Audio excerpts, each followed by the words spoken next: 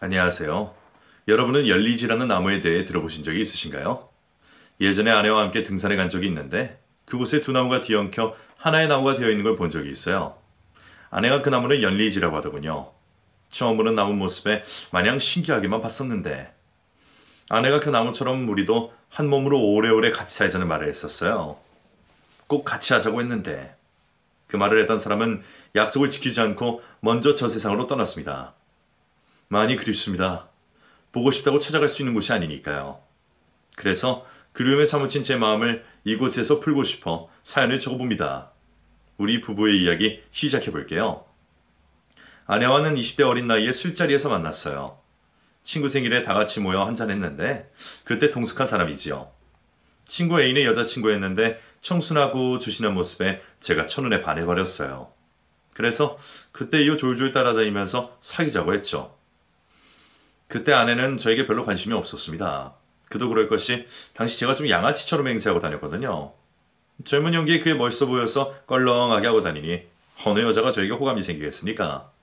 그런 것도 모르고 이렇게 멋있는 남자에게 왜 안 반하는지 이상하다는 생각이었죠. 저는 포기하지 않고 계속해서 아내를 쫓아다녔어요. 정말 귀찮을 정도로 따라다녔더니 마지못해 만나시더군요. 착한 마음에 매정하게 거절하지 못해서 여지를 준 것이 못난 저와 결혼으로까지 이어지게 된 겁니다. 그때 아내가 끝까지 저를 외면했다면 어쩌면 더 행복하게 살지 않았을까 하는 생각도 해요. 지난 세월 워낙 못난 남편이었기에 더욱 마음이 아픕니다. 우리는 연애를 하게 되었고 2년 정도 사귀었을 때 슬슬 지겨워졌어요. 제가 좋다고 따라다녀 놓고 마음이 식었다며 딴 여자를 만나고 질이 안 좋은 친구들이랑 도박도 하고 술에 쩔어지내며 여자친구의 마음을 아프게 했어요. 오빠, 오늘도 여기 있는 거야? 이제 집에 가자. 빌린 돈도 아직 다 못 갚았는데. 또 이러면 어떡해. 시끄러워. 네가 뭔데 이래? 네가 내 마누라냐? 뭐야, 너 게임 할 거야 말 거야? 해. 할 거야. 좀 저리 가. 너 때문에 아무것도 안 돼 진짜. 오빠, 제발 나랑 같이 가자, 어? 저리 안 가? 좋은 말로 할 때서 꺼져라. 오빠. 담배 연기 자욱하고 남자들만 수두룩한 도박장에 여자친구는 어울리지 않는 사람이었어요. 술에 취하고 도박에 미쳐서 제정신이 아닌 사람들을 무서워하면서도 저를 데려가라는 의지 하나로 그 더러운 곳에 자기 발로 들어와 저를 챙겼어요. 잃은 돈 때문에 눈이 돌아간 저는 그런 여자친구의 모습을 보지 못하고 거슬리게 하는 게 마냥 짜증만 났었어요. 그래서 그 마음을 고마워하지 않고 저리 가라고 윽박만 질렀죠. 상처 입은 마음에 그 큰 눈에서 눈물이 흘렀지만 신경 쓰지 않았어요. 오히려 찡찡거리는 모습에 짜증만 났고요. 꿈쩍도 않는 저를 포기하고 빈손으로 도박장에 나서는 아내의 뒷모습이 눈에 들어왔지만 그저 후련하기만 했어요.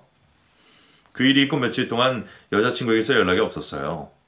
제 전화를 받지도 않고 그때는 따로 연락하며 만나는 여자도 있었기에 이참에 헤어지면 되겠다 그런 못난 생각을 했어요. 하지만 돈도 없고 겉멋만 들은 저에게 여자들이 오래 붙어있을 리 만무했어요. 곧 다 떨어져 나가고 저 혼자 남았을 때 여자친구가 생각이 났습니다. 염치 없게도 다시 찾아갔어요. 혼자 남겨주고 보고 자꾸만 여자친구 생각이 났고 왠지 이 여자 놓치면 안 되겠다는 생각이 들었거든요. 주위의 지인들도 놓치면 안 된다고 그러고 그래서 비겁하게 다시 찾아갔어요. 연락을 받지 않으니 퇴근하는 시간에 길목에서 기다리다 마주쳤어요. 저를 보고는 안색이 바뀌더니 곧장 피해가더군요. 잠깐만 얘기 좀 하자. 오빠랑 할 얘기 없는데요. 미안하, 내가 잘못했어. 이제 네 말 잘 들을게. 우리 다시 만나자. 다시 만나자는 말을 나한테 하고 싶어요? 사람이 어쩜 염치도 없이. 나도 알아. 내가 잘못한 거. 한참 부족한 거 아는데 나한테는 너밖에 없어, 미안하. 사람 마음 가지고 장난치지 마요. 말은 싫다고 하면서 가던 길에 멈추고 눈물을 보이는 여자친구를 바로 안아줬어요. 너무 미안하고 이렇게라도 내 말을 들어줘서 고맙고 이번에 이 사람 놓치면 나는 끝장이라는 생각까지 들었어요. 그동안 보이지 않았던 여자친구의 눈물이 그날 제 가슴 깊숙이 박혔고 이번이 마지막 기회라는 생각이 강하게 들었습니다. 그래서 마음 먹었어요. 다시는 이 여자 눈에 눈물 안 흘리게 하겠다고요. 정신을 차린 저는 그때부터 미친 듯이 돈을 벌었어요. 동네 양아치한테 일감을 주는 사람은 그닥 많지 않았지만 얼음집에서 얼음을 팔기도 하고 중국집에 배달도 하면서 돈을 버는 일은 닥친 대로 했어요. 다들 변한 저를 보며 어리둥절했고 갑자기 개가천선했다며 죽을 때가 됐냐고 말하는 사람도 있었어요. 그때 그렇게 열심히 돈을 벌었던 이유는 여자친구와 결혼이 하고 싶어요. 먹여 살린 능력이 있다는 걸 여자친구 집에 보여주고 당당히 결혼하겠다는 허락을 받고 싶었어요. 젊은 놈이 눈에 불을 켜고 돈을 버니 정말 벌리더라고요. 도박 때문에 빚진 게 있어서 버는 걸 다 모을 수는 없었지만 1년이 지나서 얼추 방 한 칸 얻을 돈이 되었고 저는 여자친구에게 결혼하자고 했습니다. 솔직히 잘난 남자들 발톱에 때만큼도 안 되는 벌이었지만 그 여자와 꼭 결혼하고 싶었어요. 그래서 무대뽀로 밀어붙였고 결국 우리는 결혼을 하게 됐습니다. 연애를 꽤 오래 했지만 결혼을 했을 때 정말 행복했어요. 내 가족이 생겼다는 거, 내가 책임질 사람이 생겼다는 게 저에게 큰 의미였거든요. 어렸을 때 부모님이 헤어지시고 할머니 집에서 자란 저는 어딜 가나 천덕꾸러기였고 반기는 사람이 없었어요. 할머니 할아버지조차 저를 맡아 키우는 걸 버거워하셨고 귀찮아하셨으니까요. 어린 시절 저에게 집은 그저 잠자고 밥 먹는 곳, 그 이상도 그 이하도 아니었지만 결혼을 하고 나서는 완전히 달라졌어요. 집은 저에게 있어서 포근하고 다정한 곳이며 언제든 제가 쉴 수 있는 안식처 같은 곳이었어요. 그래서 가정을 잘 지키고 싶은 마음이 컸어요. 결혼을 하면서 아내는 직장을 그만뒀어요. 당시에는 결혼하면 직장을 그만두는 게 관례였기에 더 일을 하고 싶어도 할 수가 없었죠. 저도 닥친 대로 일을 했지만 일당받는 일을 오래 할 수는 없어서 다른 수를 내야겠다 싶었어요. 뭘 하면 좋을까 고민을 하고 있는데 아내가 과일 트럭을 같이 해보자고 하더군요. 과일 장사? 장사하면 하나? 그거 힘들어. 세상에 안 힘든 일이 어딨어요. 이렇게 돈 벌어서 언제 집 사고 애 키워. 장사를 해야 큰 돈 벌 수 있대. 한 번도 안 해봤는데 우리가 할 수 있을까? 당신이나 나나 이렇게 젊은데 무슨 걱정이야. 우리 둘이 하면 다 잘 될 거예요. 그걸로 아내와 저는 과일 트럭을 장만해 장사를 시작했어요.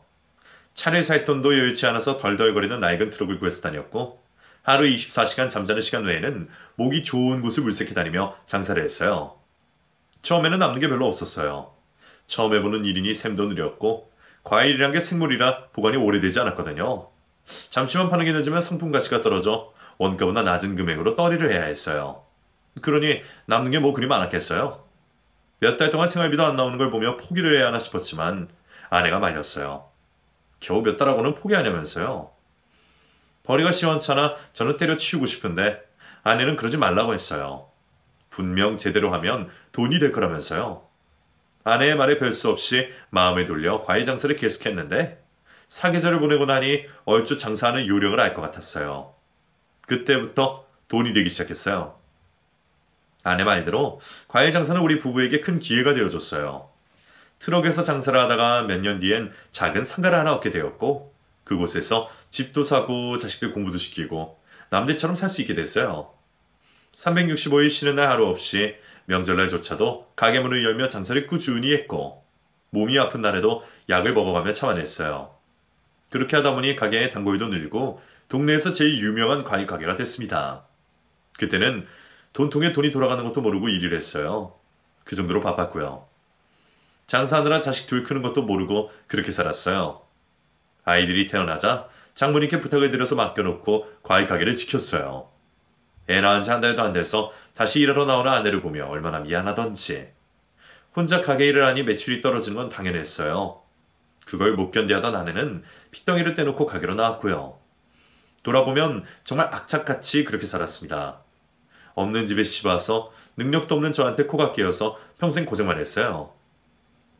아내는 인건비를 제일 많이 아까워했어요. 직원을 써서 일을 시켜보면 본인 마음에 안 드는 거죠. 그래서 다시 손을 보고 정리를 했어요. 그러니 직원을 쓰나마나 상황이 되니 결국 자신이 다 하더군요. 새벽 시장부터 마감까지 하루 종일 가게를 지키고 있으면 힘이 들 텐데도 절대로 먼저 집에 들어가는 일이 없었어요. 그렇게 열심히 매일을 살았고 아이들이 다 자랄 때쯤 저희는 제법 큰 청과상을 운영하게 되었어요. 청과상도 아내가 하자고 해서 했는데 과일만 팔아서는 더 이상 안 되겠다며 그동안 벌었던 거 다 투자해서 청과상사를 하게 됐어요. 전 재산을 다 털어서 시작했기에 솔직히 저는 많이 불안했어요. 이미 동네에 큰 청과상이 있었거든요. 우리보다 훨씬 빨리 자리 잡은 곳이라 너무 늦은 건 아닌가 걱정이 됐는데 아내에게 미래를 내다보는 해안이 있는 건지 장사가 생각보다 잘 됐고 이미 있던 청과상보다 손님이 더 많아지기 시작하더니 결국 그 상사는 문을 닫게 되었어요. 그래서 우리 가게가 동네에서 유일한 청과상이 되었고 그때부터 월급 점장을 두고 저희는 일선에서 물러나게 됐어요. 당신이 점장 두져갈 줄은 몰랐어. 남의 손에 일 맡기는 사람이 아닌데 어떻게 그런 결심을 했어? 우리도 이제 나이 들어서 몸 힘들잖아요. 당신도 허리 아파서 일하는 거 무리고. 아이, 몸 아픈 거야 하루 이틀 일인가? 그래도 할 건 해야 한다고 해놓고. 그땐 그때고요. 이젠 이만큼 해놨으니 시험이 해도 될 것 같아서 그래요. 그래 잘 생각했어. 이제 우리도 남들처럼 돈 쓰며 살자. 너무 일만 하면서 살았어 당신. 그래요. 우리도 이제 누리면서 살아요. 어쩐 일인지 돈 쓰자는 말에도 그러자고 놀러 가자는 말에도 그러자는 게 이상했어요. 절대로 허투루 돈 쓰는 사람이 아닌데 농담 삼아 하는 말에 다 들어주는 거죠. 뭔가 평소랑 다르다는 느낌은 들었지만 그저 이 사람도 나이를 먹어가나 보다 그렇게 여겼어요. 나한테 털어놓지 못하는 이야기가 있다는 걸 전혀 눈치채지 못하고요.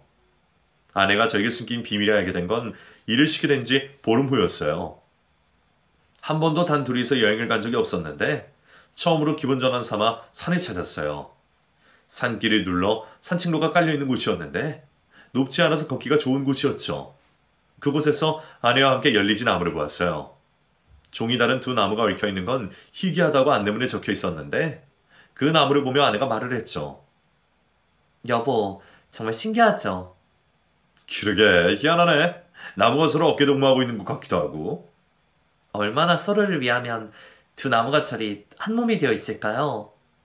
아무도 떼어놓을 수 없도록 꽉 붙들고 있는 게 사람 같구만 그래. 우리도 저 나무처럼 끝까지 함께 했으면 좋겠어요. 당연하지. 나는 이제 당신 없으면 못 살아. 당신도 그렇지 않아? 네, 그럼요. 저는 열리지 나무가 그저 신기해서 쳐다봤지만 아내는 왠지 슬픈 눈빛으로 그 나무를 바라보고 있었어요. 그 눈빛이 너무 슬퍼 보여서 이상하게 느껴지긴 했지만 갱년기 때문에 그러나 싶어 그냥 넘겼어요. 산길 끝까지 갔다가 장거리로 온 탓에 그 근처에 숙박을 하기로 하고 숙소에 들어가 쉬는데 식사도 제대로 못하고 사람이 영 이상하더군요. 피곤해서 그렇다고는 하지만 안색이 너무 안 좋았어요. 그 밤에 집으로 돌아가야 하나 고민하고 있는데 아내가 갑자기 복통을 일으켰어요. 여보, 왜 그래? 미연아. 나 너무 아파. 아파, 여보. 어디가? 배가 아파? 여보, 나 좀 살려줘, 여보. 병원에 가자. 일어날 수 있겠어? 정신 잃지 말고, 여보. 병원 가자. 얼마나 아픈지 순식간에 이마에 식은땀이 흘렀고 배를 움켜쥔 아내는 움직이지 못했어요. 제가 데리고 병원에 갈 상황이 안 될 것 같아 119를 불러 급히 인근의 병원으로 갔습니다. 응급실로 들어가 진료를 받는 동안 통증이 줄어들지 않아 곁에서 맘 졸이며 지켜봤어요. 행여나 어찌 될까봐 자리를 비우지도 않고 아내 곁을 꼭 지키고 있었죠. 아내를 진료한 의사는 저에게 큰 병원으로 가야 될 것 같다고 말했고 왜 아픈지 모르는 저는 답답하기만 했어요. 환자가 아픈데 의사가 치료를 못하냐며 소리를 지르고 있자니 아내가 말을 했어요. 여보, 나 암이야. 뭐? 나 암에 걸렸어. 무슨 소리 하는 거야? 자꾸간 말기래. 뭐라고? 아내가 하는 말을 바로 알아들 수가 없었어요. 암이라니. 그것도 자궁암 말기라니. 내 아내가 왜 멀쩡한데 왜 암이라고 하는 건지 믿을 수가 없었어요. 장난치지 마. 무슨 암에 걸렸다고 이러는 거야. 저번에 병원에 갔을 때 검사 다 했어. 그걸 왜 이제 얘기해? 그럼 바로 수술을 해야 했잖아. 수술이 안 돼.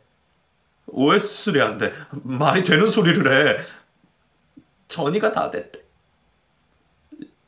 여보. 나 죽는데, 여보. 의사가 나 죽는댔어. 아내는 울음을 터뜨렸고 저는 화가 나서 견딜 수가 없었어요. 내 아내가 왜? 이렇게 착하게 살아온 내 아내가 왜 암에 걸린 거냐고 소리를 질렀어요. 병원 관계자들이 난동 부리는 저를 붙잡고 의자에 앉혔지만 도저히 진정할 수가 없었어요. 겨우 숨을 고르며 저는 아내를 데리고 곧장 큰 병원으로 향했습니다. 아내의 말을 믿을 수도 없었고 검사 결과도 인정할 수가 없었어요. 밤을 새워 큰 병원으로 가서 아내를 다시 검사했습니다. 제발 아내가 알고 있는 병명이 잘못 알고 있는 것이기를 바라고 또 바랬어요. 그런데 검사 결과는 제 소원과는 다르게 말을 하더군요. 자궁암 4기입니다. 현재 대장으로 전이가 된 상황이고 폐축에도 종양이 보이는 것 같아서 추가로 검사를 해야 할 것 같습니다. 그럼 내 아내가 진짜 자궁암이라는 거예요? 네. 예후가 좋지 않습니다. 수술은요. 수술하면 나을 수 있죠. 전이가 되지 않았다면 희망할 수도 있었을 텐데 지금 현재 상황에선 확답을 드리기가 어렵습니다. 뭐라고? 네가 그러고도 의사야? 의사면 병을 고쳐야지. 그런 말이 어딨어? 보호자분 진정하시고 내가 진정하게 생겼어? 어? 보호자분 여기서 이러시면 안 됩니다. 이건 또 오란 말이야. 아내는 암에 걸렸고 너무 늦게 발견해 손을 쓸 수가 없는 상황이었어요. 그동안 몸이 안 좋다는 말을 여러 번 했고 그때마다 병원에 가라고 했지만 하루하루 일에 치여 살다가 보니 병원을 멀리하게 됐어요. 자꾸 시기를 놓치는 아내를 보며 저러면 안 되는데 생각을 했지만 저도 바쁘게 하루를 살다 보니 끝까지 챙기지 못했고요. 대수롭지 않게 넘겼던 그 순간이 결국엔 우리 부부에게 큰 화가 되어서 돌아오게 되었어요. 길어봤자 1년이라는 의사의 말, 그것도 최대한 길게 본 거고 6개월도 못 살 수 있다는 말에 저는 억장이 무너졌어요. 받아들이기에 너무나 버거운 현실 앞에서 어쩔 줄은 모르고 몸부림을 쳤습니다. 하지만 그런 저와 달리 아내는 담담하기만 했어요. 받아들이지 못하고 괴로워하는 저와 반대로 아내는 모든 것을 받아들이고 앞날을 준비할 뿐이었어요. 이왕 이렇게 된 거 누구 탓을 하겠어. 내 몸 돌보지 못한 내 탓이지. 현수야, 민수야, 엄마가 이렇게 먼저 가게 돼서 정말 미안하다. 엄마, 그런 말씀 마세요. 우리는 끝까지 엄마 병 고칠 거야. 그래 엄마, 아직 끝난 거 아니야. 내가 무슨 수를 써서든 엄마 병 고칠게요. 이렇게 엄마 보낼 수 없어요. 울긴 왜 울어. 사람은 어차피 다 죽어. 엄마가 좀 빨리 갈 뿐이지. 그래도 너희들이 이렇게 다 자란 모습 보고 가서 엄마는 너무 감사해. 엄마가 일한다고 너희들 많이 못 돌봐줬지. 늘 미안해하고 있었어. 아니야. 엄마 우리한테 해준 게 정말 많아. 형편 어려서 힘들게 공부하는 애들이 얼마나 많은데 우리는 엄마 아빠 덕분에 너무 편하게 공부했어. 우리가 더 고마워요. 그렇게 생각해줘서 고맙다. 우리 현수 민수 장가가는 거 봐줘야 하는데 미안해서 어쩌나? 엄마 다 큰 아들들이 아내 앞에서 울음을 쏟아내는 모습이 가슴이 찢어질 듯 아팠습니다. 사는 게 뭔지, 자식 고생 안 시키고 남들처럼 해주고 싶어서 그렇게 아득바득 살았는데 이제 해줄만 해지니까 곁을 떠나야 하는 상황이 되다니 박복해도 이렇게 박복할 수가 없었어요. 아내는 수술이 싫다고 했지만 그렇다고 손 놓고 기다릴 수만은 없었습니다. 뭐라도 해야 했기에 아내를 설득해 수술을 강행했어요. 제발 조금이라도 희망이 있길 바라는 마음으로 수술을 했지만 뒤따라오는 항암 치료에 아내가 많이 힘들어했습니다. 독한 약 때문에 머리카락도 다 빠지고 먹는 것도 제대로 소화시킬 수가 없었어요. 토하는 게 일상인 병원 생활에서 저는 한시도 아내 곁을 떠나지 않았습니다. 지난 세월 내 수족이 되어서 집안을 일으킨 것처럼 이제는 제가 아내의 수족이 되어줄 차례였어요. 여보, 자? 아니, 일어났어. 왜, 필요한 거 있어? 나 꿈을 꿨는데 우리 아버지가 나왔어. 장인어른? 나 어릴 때 아버지가 지나가셔서 그 뒤로 쭉 엄마하고만 살았거든. 엄마랑 사이가 안 좋아서 그렇게 된 것 같은데 나한테는 참 좋은 아버지셨어. 그랬어? 당신이 장인 얘기하는 거 처음 듣는 것 같아. 여보, 나 아버지가 보고 싶다. 장인어른이 보고 싶어? 죽기 전에 아버지 얼굴 한번 봤으면 소원이 없겠어. 알았어. 내가 장인 찾아줄게. 내가 꼭 찾아줄게. 이미 돌아갔었으면 어떡하지? 아닐 거야. 찾을 수 있을 거야. 그러니까 나만 믿어. 그리고 당신 건강해야 해. 그래야 내가 장인 모시고 왔을 때 볼 거 아니야. 알았어. 나 건강해질게. 장인어른에 대한 얘기는 처음 듣는 거였어요. 연애할 때부터 아버지는 안 계신다고 했기에 그러려니 했는데 어릴 때 헤어졌다는 건 전혀 모르고 있었어요. 매일 통증의 고통 속에서 힘들어하는 사람이 아버지 얘기라며 미소를 지킬래 꼭 소원을 들어줘야겠다는 결심이 들었어요. 그리고 보고 싶은 아버지 얼굴을 보면 다시 힘이 나서 병에 호전될지도 모르는 일이니까요. 학교 선생님을 하는 아들이 휴직을 하고 엄마를 돌보기로 했어요. 아들에게 아내를 맡기고 저는 장인을 찾아 나섰죠. 어디에 있는지 행방도 모른 채 초본에 있는 주소만 가지고 무작정 찾아 나섰어요. 아내는 돌아가셨을지도 모른다고 했지만 예감에 살아계셨을 것 같아요. 그래서 희망을 놓지 않고 찾아다녔습니다. 찾기 시작했을 때는 한두 달이면 성과가 있을 것 같았어요. 하지만 연락이 끊어진 지 너무 오래된 터라 찾아가는 것마다 번번이 실패를 했죠. 백방으로 수소문하고 다녔지만 쉽지가 않았어요. 딸의 병 때문에 몸져 놓으신 장모님께 여쭤보는 것도 여의치 않아서 아주 적은 정보로 찾아다니니 더 시간이 걸리는 것 같았고요. 시간이 아무리 걸리더라도 찾을 수만 있다면 포기할 생각이 없었는데 문제는 아내의 병세였어요. 아내가 기다려주기만 한다면 무슨 수를 썼든 찾겠는데 안타깝게도 병이 점점 깊어지고 있었어요. 병원에서 더 이상 찾아가 보이지 않자 아내는 집으로 가고 싶다고 했고 집에 옮긴 이후엔 위독하다는 아들의 전화가 몇 번이나 걸려왔어요. 아빠, 이제 집에 오셔야 해요. 엄마가 상태가 안 좋으셔. 어떤데 그래? 의식도 없으시고 식사도 못하시고 엄마 곧 죽을 것 같다. 그런 말 하는 거 아니야. 네 엄마 그렇게 무정한 사람 아니다. 아빠 기다려줄 거야. 그러니까 너도 걱정하지 말고 엄마 잘 모시고 있어. 아빠 그냥 집에 오시면 안 돼요? 이대로 엄마 가시면 어떡해요. 그래 알았다. 지금 가는 것만 확인하고 집에 가마. 그러니까 엄마 잘 보고 있어. 알겠지? 네. 몸 조심하세요. 어냐? 이번엔 진짜로 찾을 수 있을 거라고 생각하고 가면 늘 허탕이었어요.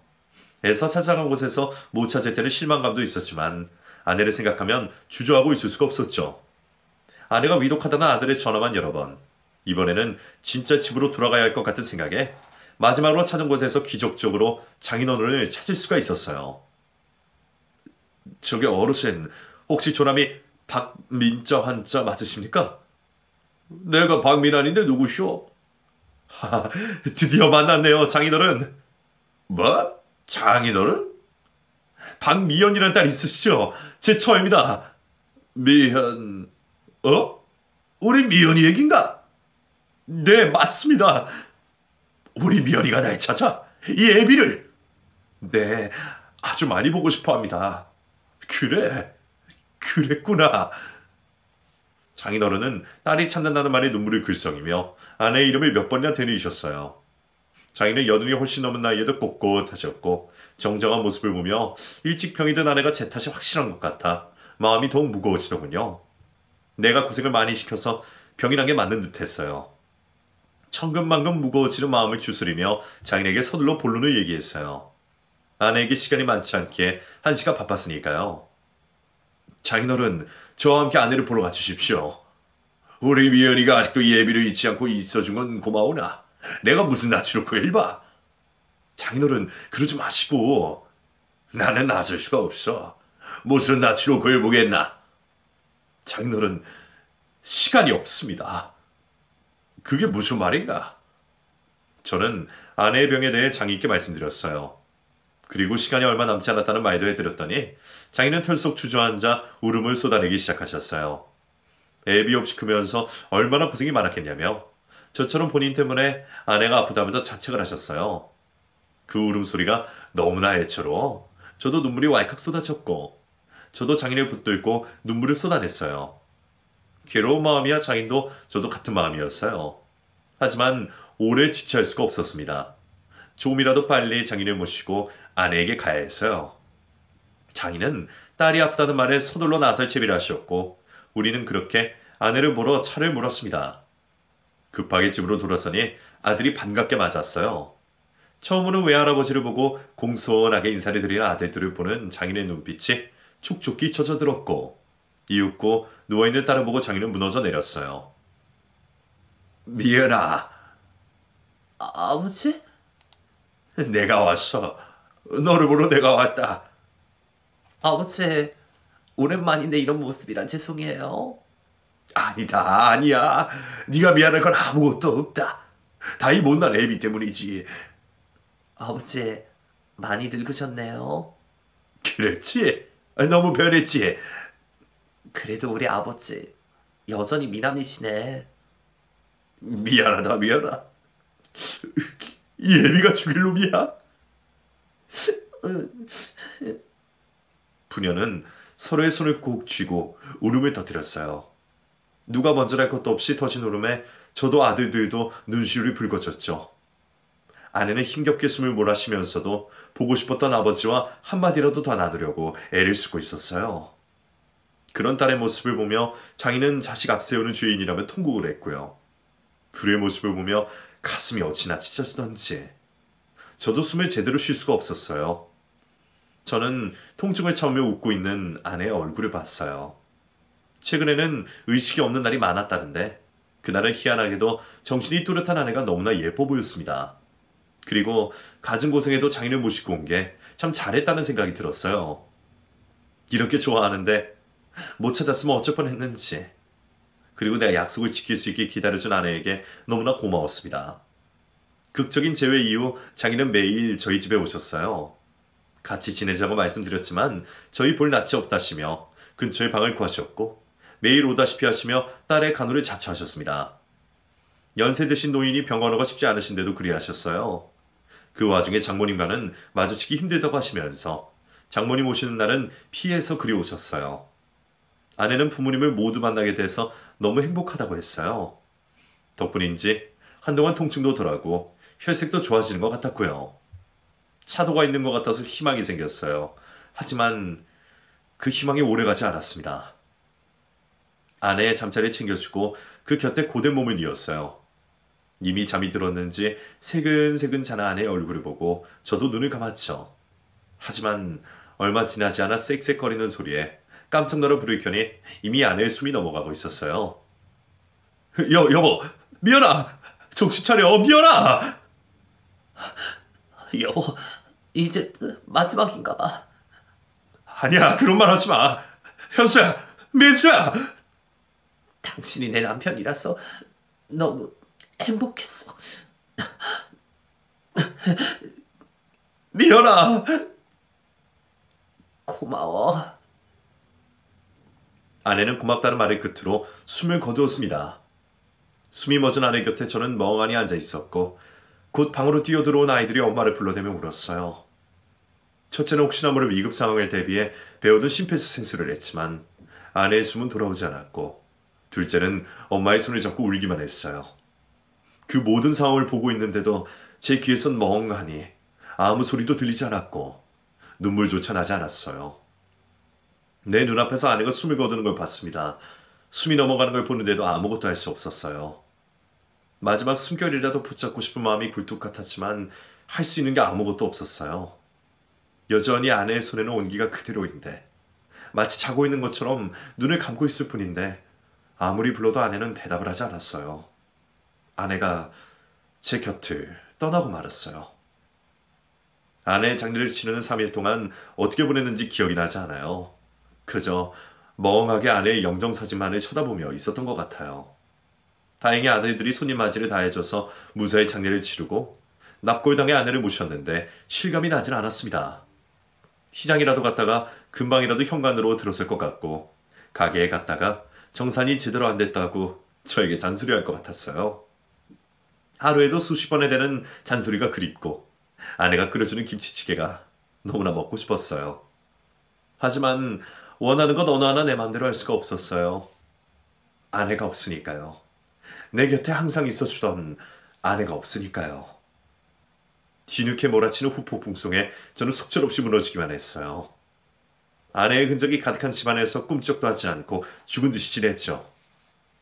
아무것도 하기 싫었어요. 먹는 것도 자는 것도 저에겐 의미가 없었고 밤이든 낮이든 아무 상관이 없었습니다.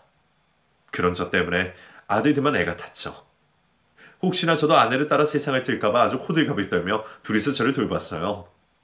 마음 같아선 따라가고 싶었지만 죽는 게 생각만큼 쉽지가 않더라고요. 사는 것도 힘들었지만 죽는 건 더 힘들었어요. 별 수 없이 저는 다시 살아갈 수밖에 없었습니다. 아내와 함께 일군 처과상을 팔았어요. 아내 없이 돈도 재물도 더 이상 저에게 의미가 없었습니다. 아내가 살아있을 때 자식들 장가갈 집 한 채씩은 다 준비해두었기에 미련 없이 정리해버렸어요. 그리고 다시 칩거 생활이 시작되었죠. 계절이 가는 것도 모르고 시간이 흘러 아내의 첫 번째 기제사가 돌아왔어요. 저는 여전히 제자리에 있는데 시간은 잘도 흘러가더라고요. 홀로 서기를 하지 못하고 평소엔 멍하게 동태눈으로 돌아다니다가 그날은 정신 똑바로 차리고 제사 음식을 할 장도 보고 제기도 사고 병풍도 사고 아내 영정사진도 깨끗한 액자에 담아 준비를 했어요. 깔끔한 정장도 하나 사입고 오랜만에 볼 아내를 위해 때 빼고 광돈했죠. 장모님은 이른 아침부터 오셔서 딸의 제사상에 올릴 음식을 준비하신다고 바쁘셨어요. 아내가 죽고 난 뒤 저 때문에 세상 빨리 떴다고 원망이 많으셨어요. 그래서 저를 보기 싫어하셨고요. 1년 내내 한 번도 저를 찾지 않으셨는데 딸 제사 날에는 얼굴을 비추셨어요. 박복한 인생에 딸년 제사 음식을 지 손으로 차린다며 울음 섞인 목소리로 신세한탄을 하시는데 말씀 한마디 한마디 끝에 온통 울음이 담겨 있었습니다. 하나 있는 자식 새끼 아프게 죽었으니 그 속이 얼마나 쓰리실까. 제 속도 이러한데 어머니인 장모님은 더 하시면 더 했지 덜 하진 않으실 거잖아요. 저 또한 죄인된 마음으로 묵묵히 장모님 하시는 말씀을 듣고 있었어요. 장모님의 욕이 끊이질 않고 흘렀지만 한편으로 오랜만에 아내 얘기가 여기저기 들리니 저는 좋기만 했어요. 그리고 그날 밤에 제사밥 먹으러 아내가 올 거란 걸 아니까 기분도 좋았고요.